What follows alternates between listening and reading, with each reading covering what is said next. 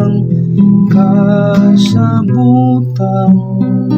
hangtod sa kanturan.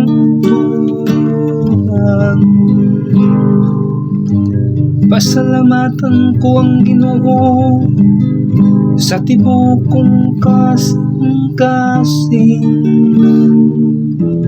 kuyog ug diha sa pundok sa mga matarong.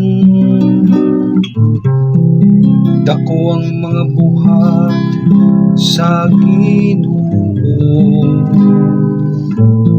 malumo diha sa tanan nilang makalipay.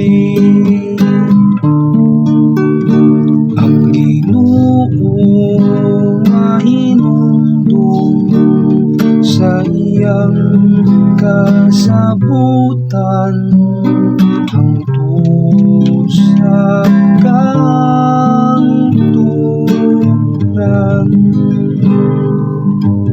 Halangdon ug mahimayaon ang iyang buhat ug ang iyang katarong nagalungtad sa kahangturan. Nabantugan siya tungod sa iyang katingalahang mga buhat. Mayog maluluyon ang Ginoo, ang Ginoo mahinumdum sa iyang kasabutan hangtod sa kanturan.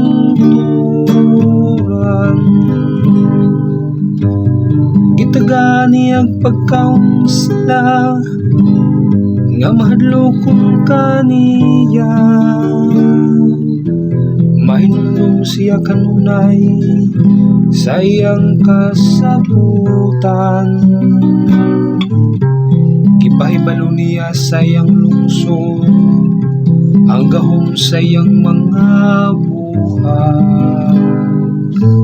Gihatagan niya sila sa kabilin sa kanasuran.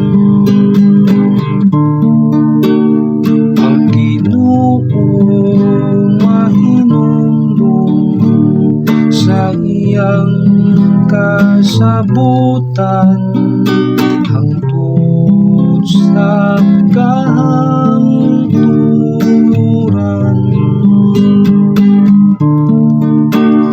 Ang Ginoo mahinumdum sa iyang kasabutan hangtod sa